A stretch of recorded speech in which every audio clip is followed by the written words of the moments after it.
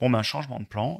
Je devais vous parler dans cette vidéo de l'action Disney que je viens d'acheter en bourse, mais vu la semaine qu'on vient de passer aussi en bourse avec une hausse assez impressionnante qu'on n'avait d'ailleurs pas vue depuis 2020, on va parler du coup dans cette vidéo de est-ce que la baisse va continuer pour moi? Alors, on a du vert de partout ces derniers jours. On avait le Nasdaq qui était dans un bear market il y a encore quelques jours, et là, on n'est plus dans un bear market. Et la volatilité, elle est extrême, comme on n'arrête pas de le répéter depuis quelques semaines. D'ailleurs, mon portefeuille, en 3 jours, il a repris 7 400 $. J'ai littéralement choisi le plus mauvais jour la semaine dernière pour faire ma revue de portefeuille, parce qu'hier, au final, mon portefeuille, bah, du coup, il est repassé dans le positif. Alors tout d'abord, commençons par les points négatifs qui pourraient faire continuer la baisse du marché, même si on a l'impression d'être reparti à la hausse à court terme. Donc tout d'abord, l'inflation et les problèmes de chaîne d'approvisionnement. Donc évidemment, c'est une mauvaise nouvelle pour les entreprises qui ont des faibles marges et qui n'ont pas les moyens d'augmenter leur prix quand il y a de l'inflation. Mais à l'inverse, par exemple, ça a assez peu d'impact sur les entreprises, par exemple de type logiciel, qui ont très peu de problèmes à devoir acheter des matériaux qui ont monté en prix et qui ont au contraire un pouvoir assez important à fixer leur propre prix. Donc si vous voulez, cette inflation, elle est vraiment à double tranchant et elle dépend beaucoup de chaque type d'entreprise. Alors si vous investissez sur les ETF, et ben dans ce cas-là, vous n'avez pas trop le choix. Par contre, si vous prenez des actions individuelles, vous avez des actions qui vont très peu souffrir de l'inflation. Cependant, je tiens à dire un autre problème pour moi sur l'inflation, et je le répète tout le temps sur cette chaîne, c'est clairement que les épargnants, c'est ceux qui souffrent le plus au final. Il y a beaucoup de personnes qui se font plumer depuis plusieurs mois et ça va continuer, tout simplement parce que les monnaies sont en permanence dévaluées à cause de choix politiques. Après, je ne commande pas ça, mais clairement, ben, il y a des gens qui perdent de l'argent au quotidien parce que leur argent perd de la valeur tout simplement. Et c'est clairement quelque chose que je combats sur cette chaîne, c'est une des premières raisons pour laquelle je fais autant de vidéos et pourquoi je parle autant d'investissement, tout simplement pour se prendre en main financièrement et ne pas se laisser avoir et se laisser ruiner, comme hélas c'est le cas pour beaucoup de personnes. Alors ensuite, si on parle plus des marchés, l'inflation, elle a surtout un impact au final aussi via les taux d'intérêt.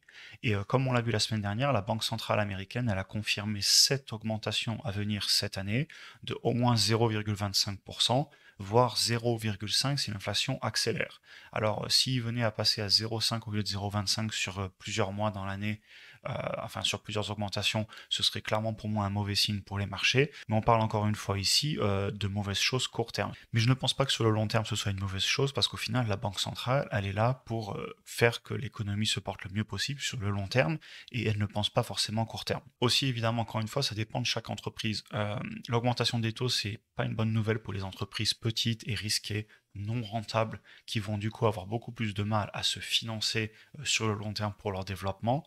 C'est aussi pas une bonne chose pour les entreprises qui sont très gourmandes en capex ou tout simplement dit en investissement. À l'inverse, c'est pas un énorme problème pour des entreprises très rentables avec de fortes marges et qui n'ont pas forcément besoin de lever beaucoup de dettes. Très bien, ensuite passons sur l'autre point négatif et il s'agit tout simplement de la récession. Alors, pendant une récession, tout simplement, le problème, c'est que les personnes, elles consomment moins, parce que ben, elles ont peur de l'avenir, elles peuvent aussi perdre leur travail, elles ont tout simplement moins de moyens, et donc les dépenses, entre guillemets, superflues, ben, elles peuvent diminuer. Alors évidemment, ce que je vous dis ici, c'est simplifié, je ne prends pas tout en compte, je vous fais pas une vidéo juste sur les risques d'une récession et ce qui peut se passer. Cependant, pour vous rassurer et me rassurer aussi, historiquement, une récession, ça ne veut pas dire que la bourse dégringole. On a beaucoup d'exemples d'ailleurs où la récession, ou pendant une récession, je veux dire, les bourses, elles continuent à monter. Donc c'est pas forcément quelque chose de lié. Donc pour revenir à ce point-là, je ne sais pas si on va avoir une récession. Par contre, je pense que le meilleur moyen de combattre une récession, c'est d'investir dans des entreprises qui se rendent indispensables, notamment par l'innovation. On a souvent d'ailleurs le débat sur le fait d'effectuer une rotation vers des secteurs de première nécessité en cas de récession pour se protéger. Par exemple, on pense sortir de la tech et sortir des entreprises risquées pour aller investir dans des entreprises qui font du papier toilette ou qui vendent des pâtes. Je suis pas certain que ce soit une bonne chose à faire de s'amuser à changer tout son portefeuille d'un jour à l'autre et de changer de stratégie. Par contre, je suis persuadé que ces entreprises, elles se portent bien pendant une récession en effet. Et même d'ailleurs sur le long terme, ce sont des très bonnes entreprises à posséder. Et moi, j'en possède énormément via mes ETF. Il faut savoir que ce genre d'entreprises comme Walmart, P&G, 3M, etc. Bref, eh ben, il y en a plein dans les ETF. Et c'est d'ailleurs pour ça que moi, je défends sur cette chaîne régulièrement le fait que il faut investir à mon avis chaque mois sans se poser de questions sur des ETF, tout simplement parce que c'est un outil d'investissement passif et de diversification qui est extrêmement puissant. Alors un autre risque qu'il faut prendre en compte, ben, c'est la pandémie qu'on a eue depuis presque 2 ans. Il faut faire attention parce que celle-ci pourrait a priori, on dirait, repartir en Asie et les principaux risques, eh ben, ce sont évidemment des dérèglements sur les supply chains, au-delà de tous les risques de santé qui sont évidemment dramatiques, mais bon, c'est pas quelque chose dont je parle sur cette chaîne. Mais donc voilà, au niveau des supply chains, au niveau des usines qui peuvent fermer, des ports, etc. Et donc cela, ça implique évidemment encore et toujours plus d'inflation parce que si on a des problèmes de pénurie de composants dans les industries, etc., eh bien, les prix ont tendance à monter. Donc, pour les conséquences, je vous ramène à ce qu'on a parlé plus tôt sur l'inflation. Et enfin, hélas, le dernier risque que je me dois de mentionner, eh bien, évidemment, c'est les risques géopolitiques et ce qu'on a eu qui se passe depuis quelques semaines en Europe de l'Est notamment. Bon, ben là, évidemment, je ne vais pas vous faire de dessin. On parle encore une fois au minimum de risque d'inflation, des pénuries sur le pétrole, sur l'alimentaire, les prix qui explosent. On en revient encore et toujours à cette inflation dont je vous parlais plus tôt. Et pour tous les autres aspects, eh bien, écoutez, c'est terrible. J'espère que ça s'arrête au plus vite. Mais bon, c'est pas le genre de choses dont je vais parler ici. Par contre, évidemment, il faut le prendre en compte lors d'investissements en bourse et sur le court terme. Sur le long terme, je pense que ça va se résoudre. Je pense pas que ça change grand-chose. Mais sur le court terme, évidemment, qu'il y a des risques. Très bien, donc maintenant on va parler des catalystes plutôt positifs. Donc tout simplement, premièrement, il y a la fin de la pandémie. Si vraiment ça commence à ralentir, ben forcément les gens ils vont commencer à redépenser. On le voit, il y a beaucoup de choses qui réouvrent partout dans le monde. Il y a des pays touristiques qui réouvrent, les restaurants, on arrête de porter le masque, etc. Et à côté de ça, si vous regardez, il y a énormément d'épargne qui a été faite, notamment avec tout l'argent qui a été versé avec les quantitative easing. Donc vous avez beaucoup d'argent en épargne, les comptes et les livrets A de beaucoup de personnes sont pleins partout dans le monde.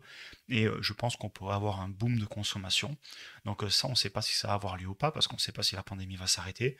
Par contre, ça va clairement à l'inverse d'une récession, parce que les gens pourraient être au contraire amenés à redépenser plus, surtout dans un contexte inflationniste où l'argent que vous gardez sur les comptes perd de la valeur, et les gens s'en rendent compte, ils se rendent bien compte à la pompe à essence que leur argent a de moins en moins de pouvoir d'achat.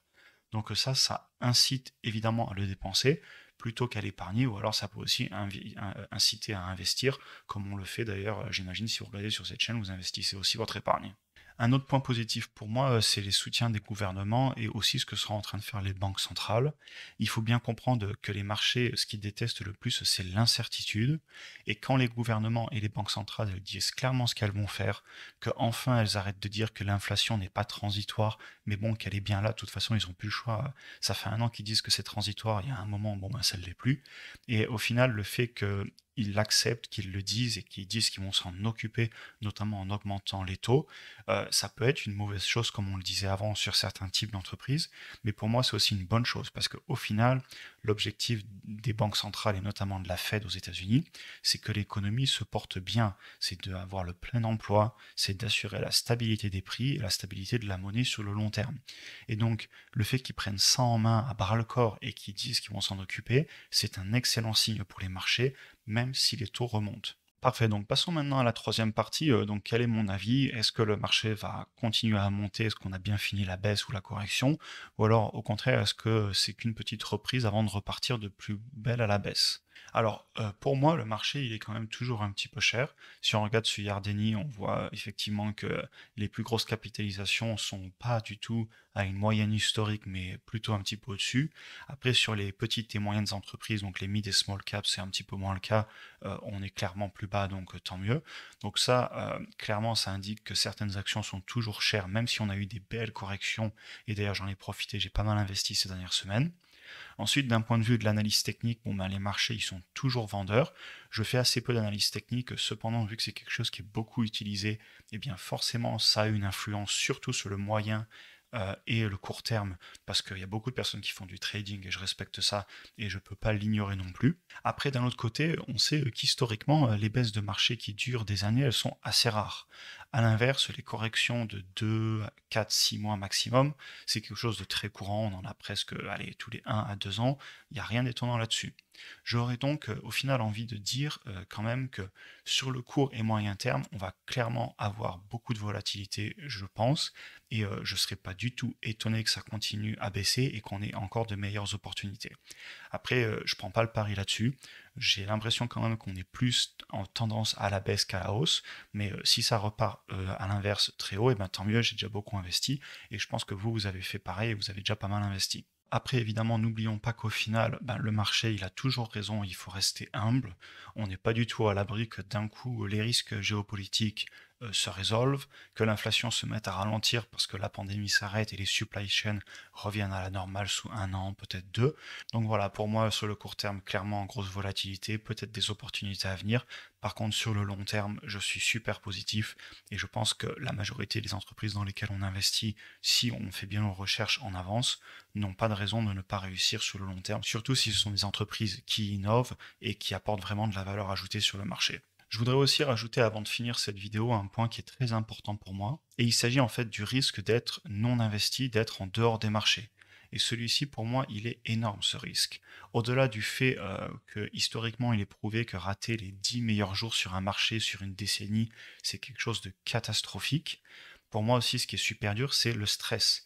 Imaginez comme ça a dû être dur pour les personnes qui ont tout vendu il y a quelques semaines et aujourd'hui qui ont vu en 3 jours les marchés reprendre, aller pour plus de 10%, 20% sur certaines actions et même sur des indices qui ont extrêmement remonté.